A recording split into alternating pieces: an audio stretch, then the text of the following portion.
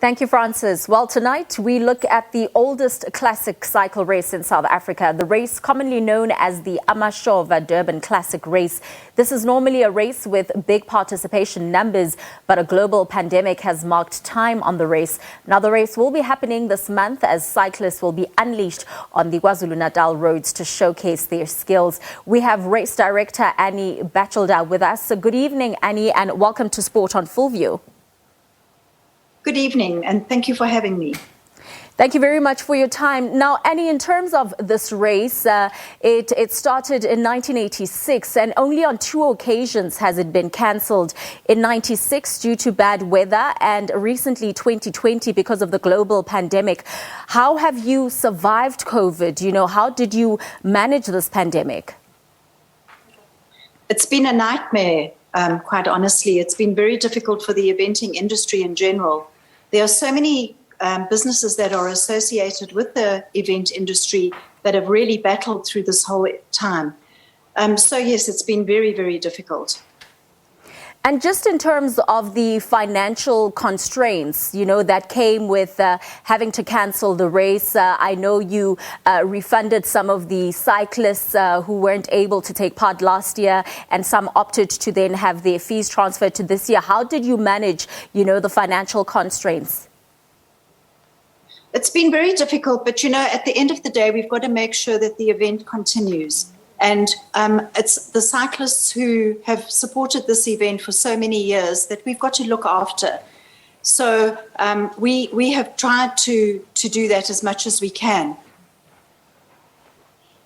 And maybe if, Annie, you can elaborate on when you say you've done it as much as you can with this race that's coming up, how are you ensuring that you are going to be following the COVID-19 protocols? What measures have you put in place to make sure that it is a safe race?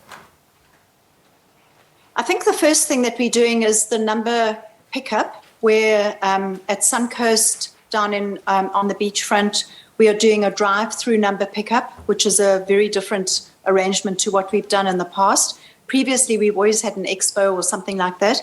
But this year, we're doing a drive-through where the cyclists will drive into the car park 3 at Suncoast, and without having any contact with any people whatsoever, we will take their temperature, we will get their COVID declaration form, and they will drive through to the number pickup for those who have already entered.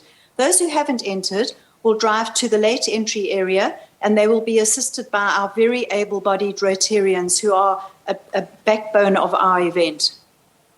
And I know in terms of spectators as well, you've put in certain measures on that. Maybe you can elaborate? No spectators are allowed, and the city have asked us to be very strict on that. So we're asking people, please don't congregate at the finish areas, don't congregate at the starts. We want to make it so that we do comply with all the restrictions. We're asking all the cyclists to wear masks on arrival at the start, and as they cross the finish line, they will put their masks on again.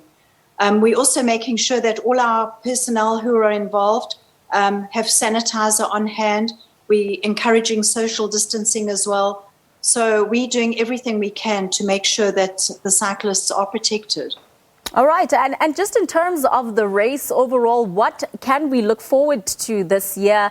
Any changes that we can look forward to? Well, the biggest change is the route. The Amashova is known for the Comrades route. So the cyclists generally ride from Maritzburg to Durban. But this year we couldn't do that. The N3 have had major upgrades, and so has the R103 between Pietermaritzburg and Durban. And it was just too complicated to try and get the cyclists to ride that route again this year. But we'll be back on the normal Comrades route next year, and we're looking forward to welcoming cyclists to ride the original route that we always wanted them to ride. And I think what's also positive is the green numbers that seem to be on the rise. Our green numbers are very special people. We've got over 900 green numbers. Those are people who have ridden the race more than 10 times.